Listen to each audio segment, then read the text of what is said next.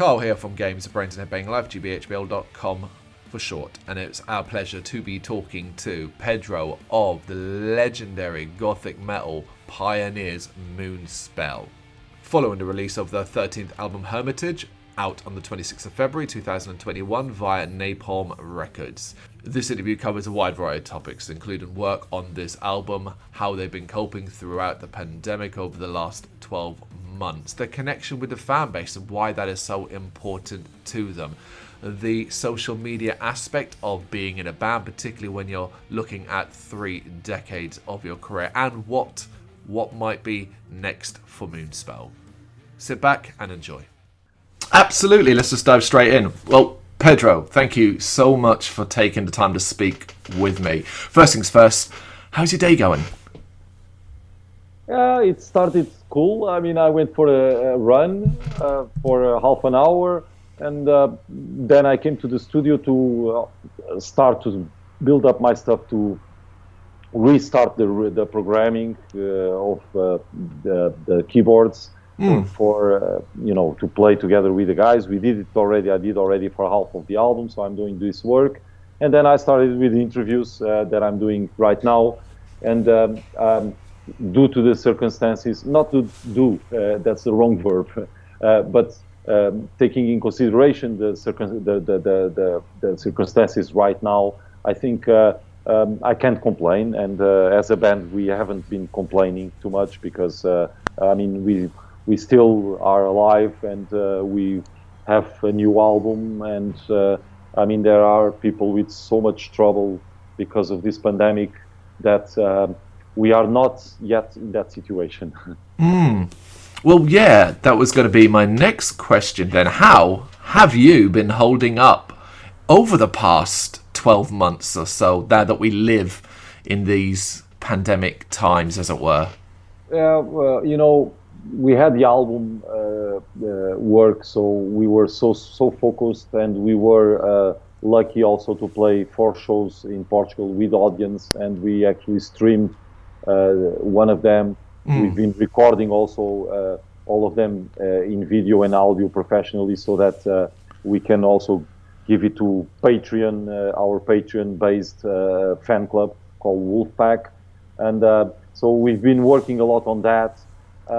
Moonspell is a band that always fights and struggles to keep our heads above the water, and we definitely not giving up without putting up a good fight.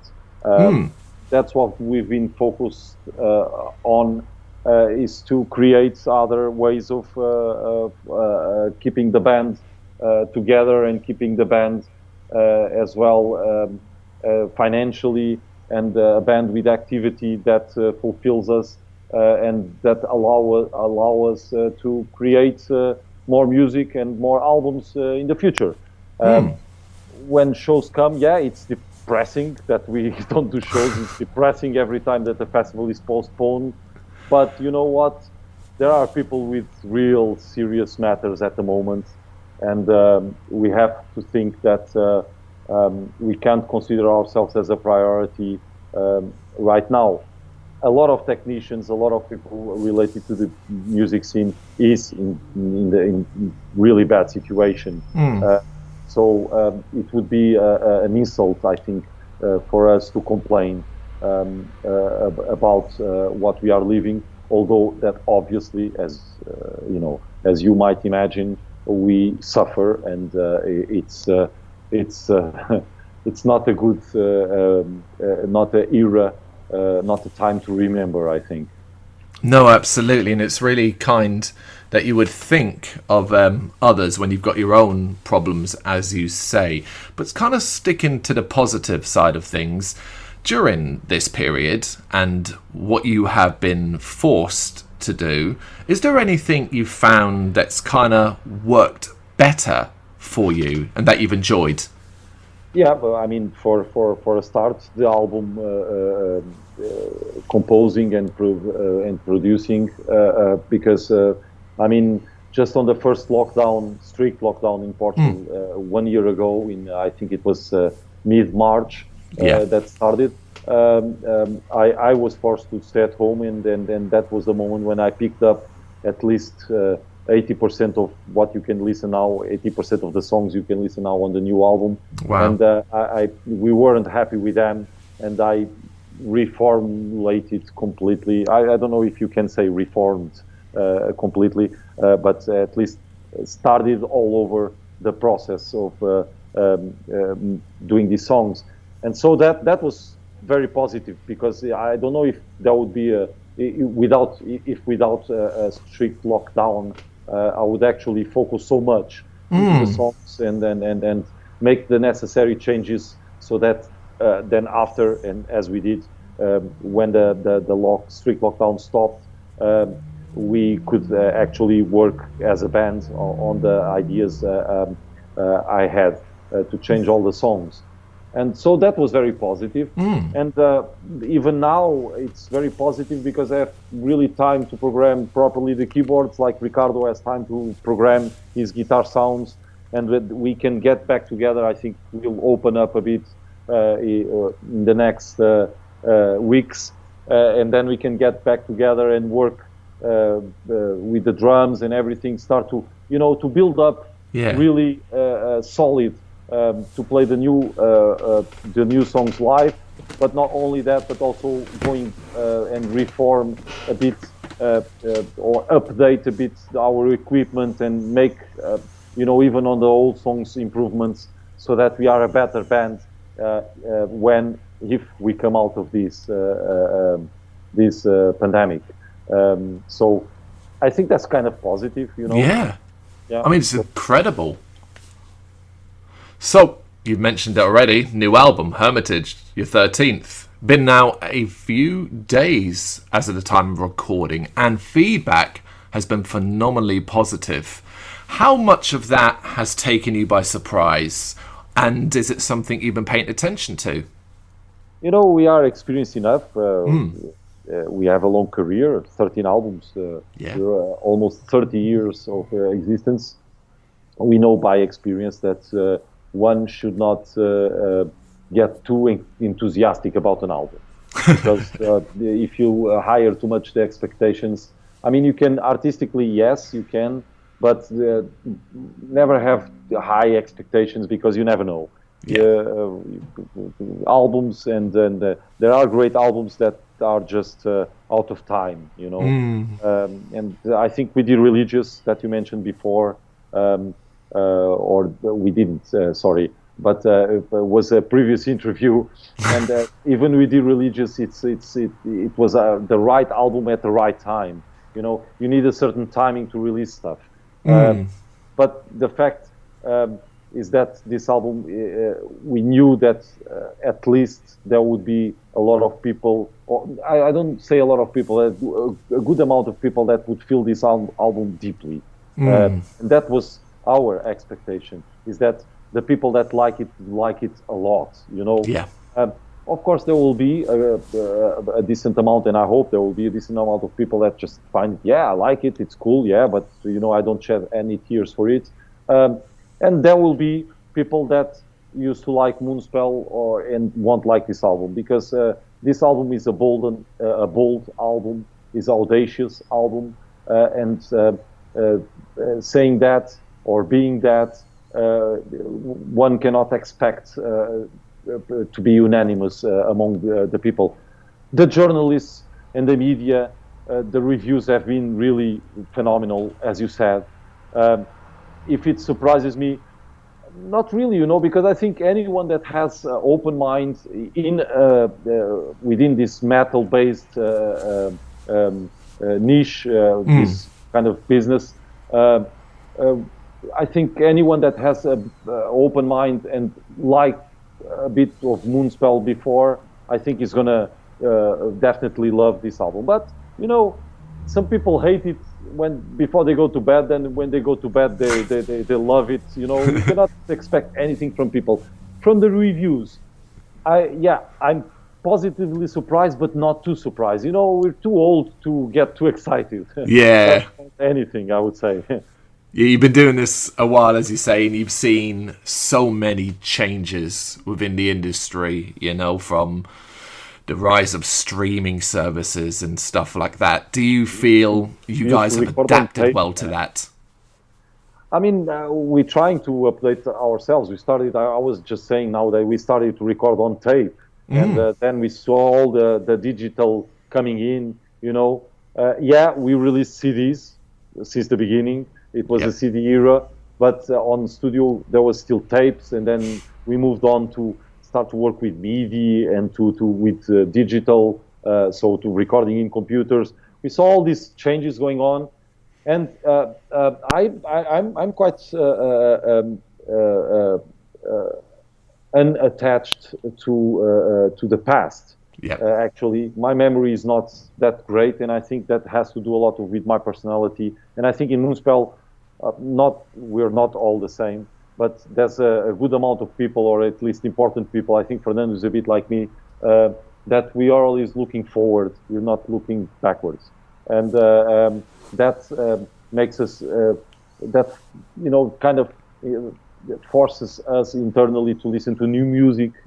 We are always in search of new bands, new projects, new ways of expressing. We're always trying to find so I'm guessing that we adapt quite well to the changes because it's within the band's personality, let's say this way. We're not too attached to the past, and I think that's why we love it. If you think about it, a lot of bands don't play old songs, and when they play, they look a little bit bored, and that never happened with Moonspell. We love to play songs from the first album or second album. We don't mind at all. We love it, and because we're not too attached to the past. When we played, we just enjoyed as if it was the moment, and that's our relation to the past. Is that you just feel it temporarily when you play that songs and when you talk to friends about the past. But mostly when we are thinking, it's always talking about the future, and is also always looking forward. That's awesome. Not so much to the past, and that's I think easy. It makes it easier to adapt to any new changes. Yeah, and as well as that, connecting to your fan base is obviously a major part of Moonspell. The new record talks about the simplicity of just sitting down and listening to the record together and connecting that way. Why is that so important to you, the connection to the fans? Well, I always think that art, in this discussion, music, let's say art, it's something that isn't complete just by the author. So when you create a song, it's not art until somebody else listens to it. I mean, you could discuss this for a long time, but I think it would be useless. I mean, it would be pleasing for you. You can write for your own. I admit that. But I don't know if art, if that's an art, because the art is in the communication with the listener. In this music art. So what I mean is that the listener also is an involved part of the music and of the art in general, and there is also a creativity associated to the listener, because he kind of reacts in a creative way to the song he's listening to. So I believe that art doesn't end when the song is released; it ends when the person listens to it, and I think that also make us to look to the fans in a different way than a lot of bands. And also because there is a kind of a very stable, as you said, fan base in Moonspell, and we have to pay respect for that, because these people allow us to keep on creating new music, and they had to put up with a lot of changes also music-wise, and then the fact that they're still here they change. There's cycles. There are people that went away, came back. There are people that are only 5 years, but they are firmly and consistent fans. There are people that are since the beginning. There's a variety of them. But it's important for us to enhance this listener and fan role in the band, because bands exist to play for fans, and therefore we cannot just ignore them or no, it's something we have to live with them, and if we have to live them, why not know about them and understand how do they feel our art, because it's so interesting, and I think it's that interface, that connection, that's a very kind of modern term. But interaction, that's what I mean, between author and listener, that makes the whole process more interesting and more motivating. It was cool that you mentioned, say, the modern interface, because ultimately that is such a major part of it now. Social media and the rise of that, something that's become necessary for bands to be constantly active on. How do you handle those pressures, and do you enjoy the social media aspect? Well, to be honest, I have split feelings about the social media, but if I could choose not to have it, I would prefer not to have it. Fair. I think there are more cons than pros. It's cool that I've been meeting. I didn't have any contact with social media until 2.5 years ago. Okay. I didn't have Facebook. I didn't have Instagram, anything at all.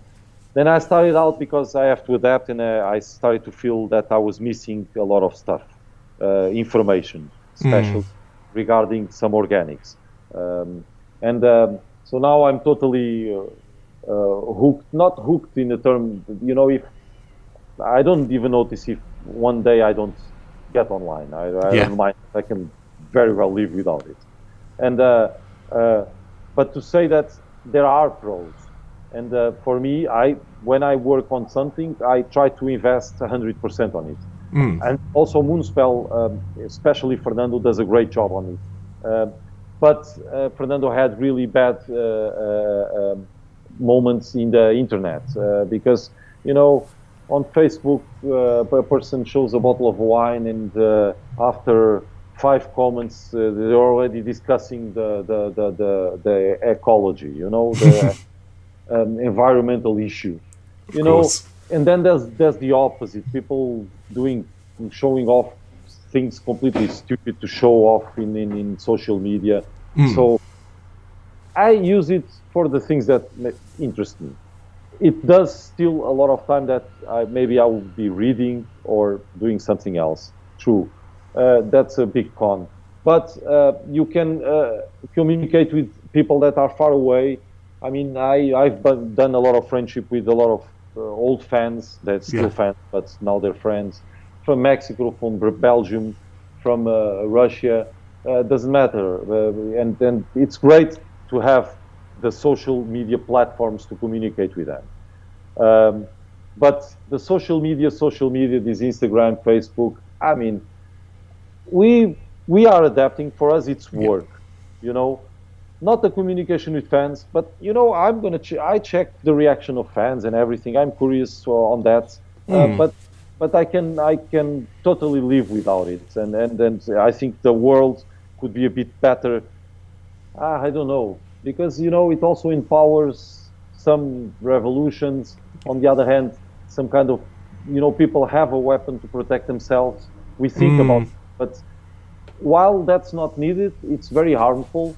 I think that the downs have been way more, the cons have been way more than the pros. But we try to use it in benefit of Moonspell as much as we can. No, I really like that, listing, as you said, of pros and cons.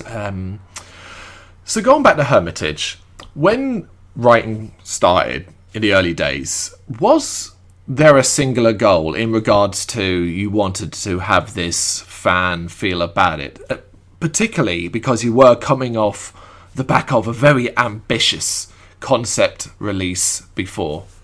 Yeah, true. The previous album, 1755, is a very specific concept about a specific place in a specific time, and everything in the music was working into or under that kind of concept, and so it's a narrow album. I love it. I think it's a great production, but it's an album a bit out of our way, of our path, because I think we picked up since Extinct, and that's, I think it just came out naturally. I mean, because I went, instead of we love to do heavy albums. We love to do 1755s, Half Noirs. I mean, Ricardo and myself, we love to do heavy albums. It's great fun. But I think there's no room for Moonspell we both think that. There is not so much room for Moonspell in that, in that frame of because I think on the riffing and heaviness, we do really cool stuff. But I think there are a lot of bands doing very cool stuff too. And I think we do better on atmosphere, on the harmony, on the building up, on on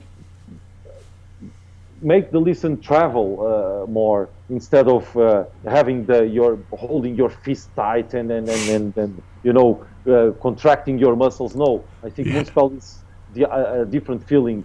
Is more of goosebump and then the hold breath, band.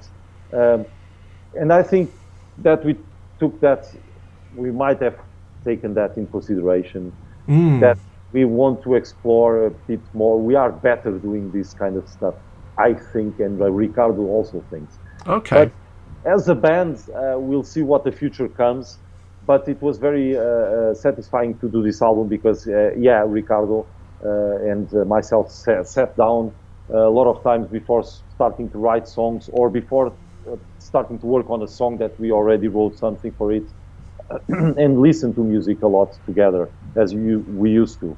And that common ground that we have, we are both very open-minded, relating in what music may concern, and but obviously we ended up listening to the things we both like a lot in common, and that includes bands like Pink Floyd, like Fields of the Nephilim, like Bathory. We went to other bands, of course, Zeal and Ardor. I love it. I love. Awesome. Kraft, Gojira. I love their new work, but. For instance, I don't listen so much Gojira with Ricardo. We end up listening to the things that give us these shivers, these goosebumps, as I was speaking, and just to create the right mood, to have to have the right moment and the right mood, as I was saying, to create music in this let's say, face of Moonspell, the more melodic, more the lighter, atmospheric thing. And I think it also has to do with that, with our age. We're not so young anymore, and I would like to do that. To do that, to soften a bit our music. But I don't know if the other guys would be up to that. That's a different story. I myself, we are always so unchained in what concerns to albums, that I don't know if we return to a heavy thing or not. But I love this album at the moment, and I think this is the right way for us. I don't mean so proggy, but the way that we wrote the songs, the way that we structure the songs, the way that we build up the moments, and don't go too much far from within the same song. I mean, we just develop the feeling, not going in this direction and then have suddenly a very heavy part. I don't know, something we can look after as a challenge to gather all these elements. But I think we are learning every album that we record, and this turnaround, we've learned that our music has to be very honest, and that's what this album is. It's very honest. You can hear 5 elements playing a song, and that's, I think, really, really, really satisfying. It's incredible that you would be so humble to still say after 30 years that you are still learning about yourself and the band. Again, looking forward. Talking about looking forward then, 30 years of Goosebumps, 30 years of Moonspell, and coming off the back of an album that can rightfully be considered one of your best. It feels like the next year or two are going to be very celebratory for the band. Is that something you're thinking about? I think as a dream, as a wish, more than a thoughtful moment. It's more of a anxiety than anything else. but yeah, that's how honest I can be, because the fact is that I wish we can play this album live to people, because it sounds great. Yeah. The songs are, really good to play live, and it's a different experience. We are reaching a unique taste, in the metal scene, and that's something you can get only from Moonspell. And if you really enjoy this feeling that we try to deliver, it's going to be something. I always thought that the shows, not as the last show thing. It's my last show. I always have the feeling every show is my last show. No, but I always try to think that I'm so lucky to be in this situation of playing in a band. It's something I never expected from my life, and we did it, and it's an honor and a privilege to do it. So a lot of times, even during concerts, I think this about. I think in my mind about this, and so I get really motivated, because it is something unique that guys from Portugal actually can play in Poland and in England or in Italy or in Mexico, and have people listening to us and can make a living out of this, and getting applause for your work that you enjoy so much. I mean, anyone that to be an artist is about suffering. We are not happy, goofy people. We suffer a lot with emotions. We tend to be dark people, and we create problems of our own. That comes along to be an artist, at least doing dark music. So, but that's not the aspect to play live shows and to get back on the road. For me, it's not the painful aspect of music. I always think that it's a privilege. That must be also to have some luck and pride, obviously, because there was also some cleverness to get here. Yes, you did do some work to get here. Yeah. Simply talking about the live experience, and I wanted to know if there was, off the new album, one particular track that you were more than any of the others looking forward to play live, because I think Hermit Saints in particular is going to be very, very massive.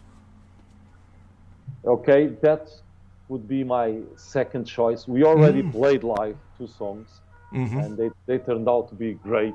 One was The Greater Good, and the other one was Common Prayers. I'm looking forward for Hermitage, the title song. And it's a song that sounds a bit, it's like the twin or the brother of or sister of, I don't know, song for us is feminine, not for British, but for us a song is feminine. So it's a sister of Hermit Saints. So we were close enough, and I think Hermitage is a song that's going to be awesome live. It's really cool. Can't wait. Thank you very much for watching. You can check us out on gbhbl.com as well as on Facebook, Instagram, Twitter and Tumblr. Go to Patreon to help us out over there. That's patreon.com/gbhbl, as well as Big Cartel, where you can find some of our merchandise. We have a podcast running on SoundCloud and Apple Podcasts. And of course, if you like this video, do us a favour, hit the subscribe button and help the channel grow. Games, horror and heavy metal. What else is life for?